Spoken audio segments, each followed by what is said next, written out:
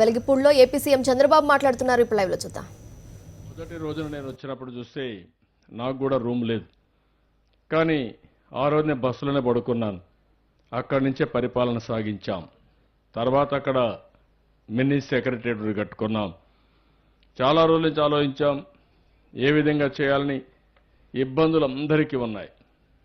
రాజధాని ఏదైతే మనం అనుకున్నప్పుడు రాష్ట్రం ఏర్పాటు చేసినప్పుడే ఒకటి రెండు ఇబ్బందులు కాదు, 60 సంవత్సరాలుగా చాలా మంది ఇక్కడి నుంచి వెళ్ళి హైదరాబాద్లో పనిచేశారు.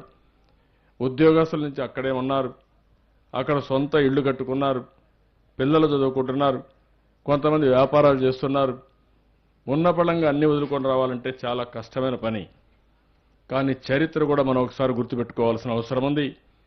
మనం ఇప్పటికే నష్టపోయాం, చాలా నష్టపోయాం. ఆ రోజు కూడా మీరందరూ కూడా పెద్ద ఎత్తున ఉద్యమం చేశారు. ఆ విషయం కూడా మీరు గుర్తుపెట్టుకోవాల్సిన అవసరం ఉంది.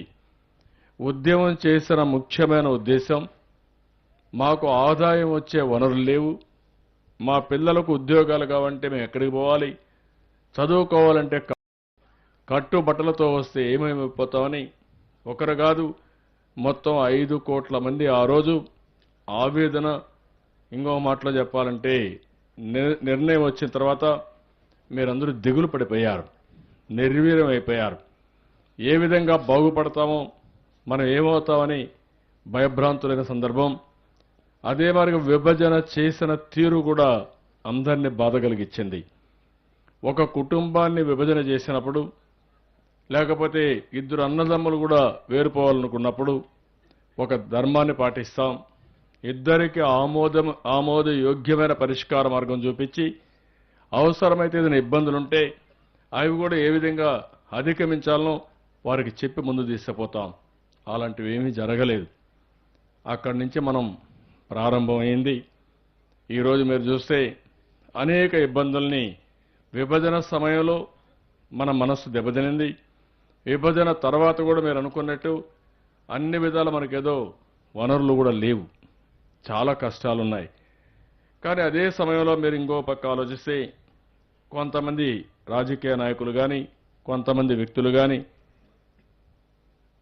ఎట్లా తోస్తే ఆ విధంగా మాట్లాడే పరిస్థితి కూడా వస్తున్నారు. మీరు ఆ విషయం కూడా ఒకసారి గుర్తుపెట్టుకోవాల్సిన అవసరం ఉంది. నేను ఆ రోజు ఒకటి ఆలోచించాను. రాజధాని నిర్మాణం కావాలని మనం కోరుకోలేదు, కానీ రాజధాని నిర్మాణం చేసుకోవాలని మనం నెత్తిన పెట్టారు. అలాంటి సమయంలో నేను ఆలోచించింది, ఒక సంక్షోభాన్ని ఒక అవకాశంగా తీసుకుని ఎవరైతే ఇలాంటి విభజన చేసి మనల్ని ఇబ్బంది పెట్టారో వాళ్ళు కూడా అసూయపడేట్టుగా, బాధపడేట్టుగా మనం చేసి నిరూపించాలనే ఉద్దేశంతోనే ఈ రాజధానిని ప్రపంచంలోనే టాప్ 10లో ఒక రాజధానిగా ఉండేట్టుగా, మేటైన రాజధానిగా ఉండేట్టుగా చేయాలని నేను సంకల్పించాను. అది సంకల్పం మాత్రం.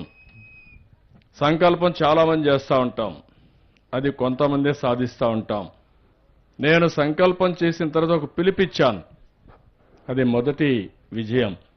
నా పిలుపును నమ్మి మీరు ఒకటే ఆలోచించారు, ఈ రాజధాని నేను చెప్పినట్టు వస్తే మీకు ఏదైతే అభివృద్ధి చేసిన తర్వాత తిరిగి భూమి ఇస్తామో దాని విలువ పెరుగుతుందని మీరు నమ్మారు. అందుకని అందరూ ఆశ్చర్యపోతున్నారు. నిన్న కూడా నేను ముంబై వెళ్తే మేక్ ఇన్ ఇండియా ప్రోగ్రాంకి వెళ్తే అందరూ ఈ విషయమే మాట్లాడే పరిస్థితికి వచ్చారు. అదేవిధంగా ఇంకొక పక్కన మీరు ఆలోచిస్తే ఒక విశ్వసనీయత ఒక రోజు రాదు. ఆ విషయం కూడా మీరు గుర్తుపెట్టుకోవాల్సిన అవసరం ఉంది. ఒక వ్యక్తి విశ్వసనీయత పెంచుకోవాలంటే కొంతమంది జీవితాంతం పనిచేస్తూ ఉంటారు, కొంతమంది కొన్ని ఏళ్లు పనిచేస్తే తప్ప ఆ నమ్మకం రాదు. నేను రాజధాని కట్టాలనుకున్నప్పుడు, వరల్డ్ క్లాస్ రాజధాని కట్టాలంటే ఏం చేయాలని ఆలోచించి నాకు మొట్టమొదటి గుర్తొచ్చింది సింగపూర్ గుర్తొచ్చింది. నేను సింగపూర్కి వెళ్ళి ఆ ప్రభుత్వాన్ని రిక్వెస్ట్ చేశాను, నా దగ్గర డబ్బులు లేవు, కానీ డబ్బులు ఇచ్చి మళ్ళా కన్సల్టెన్సీ పెట్టుకోవాలంటే సమయం అవుతుంది. మీరు ఆలోచించి సింగపూర్ ప్రభుత్వం తరపున నాకు మాస్టర్ ప్లాన్ డీటెయిల్స్ తయారు చేయించమంటే 1 వారంలో నిర్ణయం తీసుకుని నెల లోపల కేబినెట్ నిర్ణయం చేసి ఆ దేశంలో కేబినెట్ నిర్ణయం చేసి ఎంఓయూ చేశారంటే అది ఆ దేశానికి మన మీద ఉండే నమ్మకం. అది జయప్రదమైందంటే ఆ దేశ ప్రధాని సహా అందరూ సహకరించారు. ఇప్పుడే మిత్రులు ఒక మాట్లాడుతున్నారు, మేమైతే జీవితంలో సింగపూర్ చూడలేదు, సింగపూర్ ఒక ఆదర్శమైన సిటీ అంటున్నారు, మమ్మల్ని కూడా పంపించండి రైతులని చెప్పి అడిగే పరిస్థితికి వచ్చారంటే ఆ దేశానికి ఉండే పేరు, అక్కడ జరిగిన అభివృద్ధి కారణం తప్ప ఇంకోటి కాదు. అదేవిధంగా ఇంకో పక్కన మనం ఒకసారి ఆలోచించినప్పుడు నేను చాలా విషయాలు చూస్తున్నాను. ఈరోజు ఈ రాష్ట్రంలో నేను ఒక విజన్ తీసుకున్నాను, మీరు గుర్తుపెట్టుకోవాల్సిన అవసరం ఉంది. పవిత్రమైన సమయంలో చెప్పాల్సిన అవసరం ఉంది. ఇవన్నీ నేను అవి చెప్పే మునుపు ఇక్కడ ఎంప్లాయీస్ని కూడా మనస్ఫూర్తిగా అభినందిస్తున్నా. నన్ను అర్థం చేసుకున్నారు, రాష్ట్ర పరిస్థితి అర్థం చేసుకున్నారు. ఒక మాటలో చెప్పాలంటే విభజన చేసే ముందు ఎవరైనా వీరోచితంగా పోరాడారంటే వారికి నాయకత్వం ఇచ్చింది ఈ ఎన్జీఓసే ఇచ్చారు. ఆ రోజు వాళ్లే ముందుకు పోయి పోరాడారు, అన్యాయం జరుగుతుందని గళమిప్పారు. అలాంటి వారిని కూడా నేను ఒకటే కోరాను, మీ మీద కూడా ఒక బాధ్యత ఉంది, నా మీద బాధ్యత ఉంది, రాజకీయ పార్టీలపైన బాధ్యత ఉంది, మీపైన బాధ్యత ఉంది.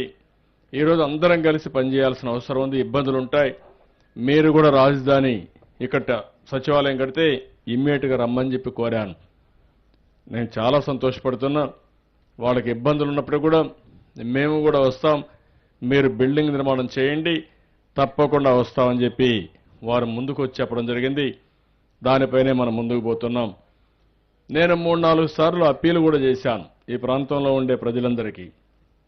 మీరు తాత్కాలిక ప్రయోజనాల కోసం ఆలోచించొద్దండి, శాశ్వత ప్రయోజనాల కోసం ఆలోచించండి. ఈ ప్రాంతం అభివృద్ధి అయితే ఆ అభివృద్ధిలో ఎక్కువ లాభం పొందేది మీరే పొందుతారు. ఇది ప్రపంచం మొత్తం జరిగిన విధానం. అదే మరి రెండోది, ఈ ప్రాంతం నుంచి పరిపాలన సుజావుగా జరిగి ఒక మంచి పాలన ఇవ్వగలిగితే ఈ రాష్ట్ర ప్రజానీకానికి అన్ని విధాల లాభం వస్తుంది. అందుకే నేను పదే పదే విజ్ఞప్తి చేసింది, ప్రతి ఒక్కరు కూడా చెప్పింది, చిన్న చిన్న విషయాలకు మీరు ఉదాహరణకు చూస్తే ఈరోజు ఎక్కడా లేనంత మంది ఇక్కడికి వస్తున్నారు. ఎక్కువ మంది వచ్చినప్పుడు ఆఫీస్ అకామిడేషన్లు కావాలి, లేకపోతే టెంపరీగా ఉండడానికి ఇళ్లు కావాలి. అలాంటివి వచ్చినప్పుడు మీరు విపరీతంగా రెంట్లు పెంచేస్తే, బాడుగులు పెంచేస్తే, హైదరాబాద్ కంటే ఎక్కువ పెంచితే లేనిపోని సమస్యలు వస్తాయని కూడా నేను చెప్పాను. నన్ను మళ్లీ ఒకసారి ఈ శుభ సందర్భంగా విజ్ఞప్తి చేస్తున్నా. దగ్గర 15,000 మంది ఉద్యోగస్తులందరూ ఇక్కడికి వస్తున్నారు. అంటే 15,000 ఇళ్లు కావాలి తాత్కాలికంగా. తర్వాత ఇళ్లు కడతాం, అది వేరే విషయం. కానీ టెంపరీగా అయితే కావాలి.